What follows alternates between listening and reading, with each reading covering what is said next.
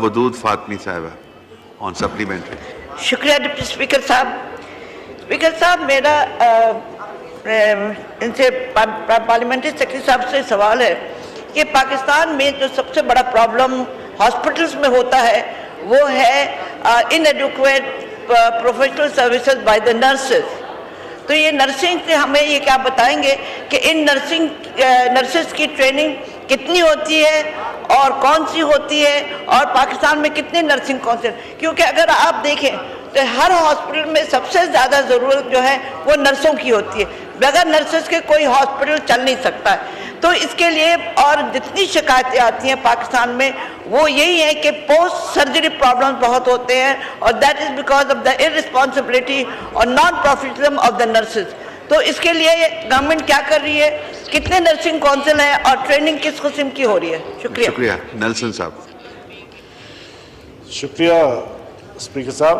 اس پہ ڈیفینیٹلی جی بات ٹھیک ہے, نرسز سے ہاسپٹل چلتے ہیں اور نرسز کی اور مڈ وائفس کی شارٹیج ہے اس وقت پاکستان میں, اور اس شارٹیج کو دور کرنے کے لیے مختلف ادارے قائم کیے گئے ہیں, جیسے ہیلتھ سروسز اکیڈمی ہے, وہاں پر ٹریننگ شروع ہے بیچلر آف سائنس میڈیفری کی, اور اس میں نرسز کو جو ہے مڈ وائفس کو ٹریننگ دی جاتی ہے, نہ کہ صرف ایجوکیشن دی جاتی ہے, اس میں ان کا ٹریننگ سکل کو امپروو کرنے کا پروگرام ہے, ایکٹیویٹیز ہیں, اور اس طریقے سے ہم چاہتے ہیں کہ نرسز جو ہے اکوپڈ ہوں سکل کے حساب سے, ایجوکیشن کے حساب سے, اور ان کے جو ہے وہ ایٹیٹیوڈ کے حساب سے, ان کی جو ہے وہ مارل گراؤنڈز پر ان کی ایجوکیشن کی جائے, کریکٹر بلڈنگ کی جائے, تاکہ بہتر نرس ثابت ہو.